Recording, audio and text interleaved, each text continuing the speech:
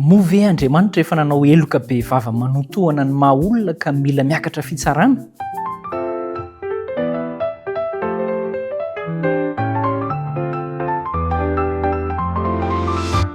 Miarabanao indray ry namako asaina mipitsikina mihitsy ianao. Hiaraka isika na dia ao anatina fanontaniana somary manahirantsaina kely aza. Ary ao anatin'ireo FDB manao hoe ny olan'ny faharatsiana. Inona no mahatonga ny faharatsiana amin'izao fiainana izao dia isaorana ianao misafidy ny anaraka an'izao fanarahana ny fiarah-mianatra ny soratra masina izao. Andeha isika handinika ny hoe Andriamanitra ve mila miakatra fitsarana ary raha mila amin'ny antony inona. Nisy indray andro nisy lehilahy anankiray atao hoe Elie Wiesel, nanao tantara atsangana, tantara an-tsehatra, karazana teatra izany izy ity. Dia inona ny voatilo atin'ilay teatra ho ianao? Ity lehilahy ity aloha marihana fa nalaza tamin'ny vanim-potoana, izany hoe velona taoriana kelin'ity sisa tsy maty tamin'ireny nazisma, izany hoe ny famongorana ny jiosy tamin'ny alalan'ny Hitler tamin'ny vanim-potoana izay nisy teto ambonin'ny tany izany. Dia taorianan'izany izy izany nanao teatra, tantara an-tsehatra. Inona ny voto atin'ilay tantara? Dia hoe entina miakatra fitsarana Andriamanitra fa hampangaina ho nanao zavatra tsy mety manotohina ny maha olombelona. Dia jiosy anankitelo mirahalahy, raby anankitelo lahy izany no miapanga. Ary izay mihitsy ny fiampangana izany hoe navelan'Andriamanitra ho faty ny zanany. Dia niakatra fitsarana ao anatin'ilay tantara dia mitantara izy ireo fa 3 andro izany, 3 alina no nandeha ny fitsarana mitohy misesisesy. Ary dia ao anatin'izany no nahazoana tsoa-kevitra tamin'ity tantara atsangana ity izany fa Jehovah Andriamanitra ny lanitra, nanao ny lanitra sy ny tany, dia meloka satria nanao eloka be vava manotohina ny maha olona izy. Izay izany ny didim-pitsarana navoaka tao anatin'ilay tantara. Rehefa miaino an'izany tantara izany ny olombelona dia mieritreritra tokoa hoe ary mety ho marina izany satria ampiroroavy ny saina amin'ny alalan'ilay tantara izany isika. Dia indraindray mety mahita hoe misy antony mahamarina an'izany tokoa anie.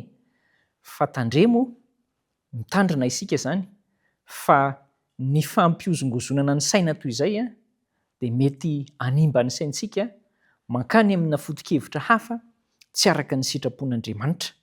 Ary dia zava-dehibe no ilantsika indrindra mitandrina fa Andriamanitra tokoa ve izany tena mila miakatra fitsarana? Izy ve izany mahatonga an'izao fahoriana maro samihafa izao? Mario tsara fa tao amin'ilay tantara dia hoe navelan'Andriamanitra hijaly ny zanany. Tsy midika avy hatrany izany izay fa Andriamanitra no nampijaly ny zanany. Fa navela n'Andriamanitra hozy izy ilay izy. Kanefa na izany aza ilay tantara an-tsehatra izany dia nanameloka an'Andriamanitra hoe tsy nety kosa ny nataonao Andriamanitra fa dia voasazy ianao izany, voaheloka ianao arak'izay tantara izay. Dia mipetraka izay fanontaniana izay hoe movy Andriamanitra manao eloka be vava manotohina ny maha olona ka mila miakatra fitsarana. Mitondra antsika ho amin'ny fandaliana ny fanontaniana io hoe inona marina ny anton'ity faharatsiana, nahoana ny misy ity faharatsiana ity, nahoana ny tsy faharananaingina koa izy io. Izany rehetrarehetra izany dia manainga antsika hanao fandiniana lalina ampiheverana ny soratra masina. Marihina tsara, dinihana tsara ny soratra masina, ampiheverana lalina amin'ny fandiniana mifanesisesy izay ambaran'ny toko sy andinina anankiray dia amarinina fa tsy afaka tonga dia manao tsoa-kevitra izasy ianao hoe tena diso mihitsy izany Andriamanitra no nanao ato izao na namela aho ohatran'izao. Fa andao isika handinika amin'ny saina tony dia ahita ny fomba hitantanan'Andriamanitra antsika. Handinika momba ny tantaran'ny Joba moa isika ao anatin'izao fiarahana mandritra ny herinandro izao. Ny bokin'ny Joba toko 1 sy ny bokin'ny Joba toko 2 no hodiniantsika ao anatin'izany. Dia asaiko mihitsy ianao ametraka ao an-tsaina fa rehefa ny soratra masina ny vakianao dia misy fahazavana ho hitanao ao.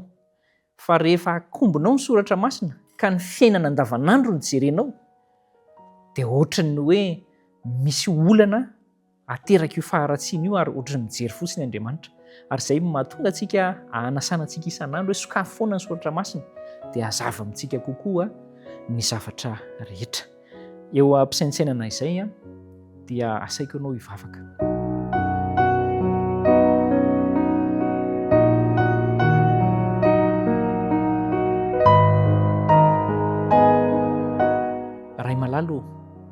misaotra indrindra noho ny fitantananao hatramin'izay, ary ampio mihitsy izay mba hiala amin'ny hevin-dravina, amin'ny hevitra tomarina kanefa mampirona ny saina ho any amin'ny eritreritra tsy izy. Esory amin'izany izay ka ny fanafodiny dia ampio mihitsy izay ho tia mitady anao mandrakariva amin'ny alalan'ny famakiana ny soratra masina.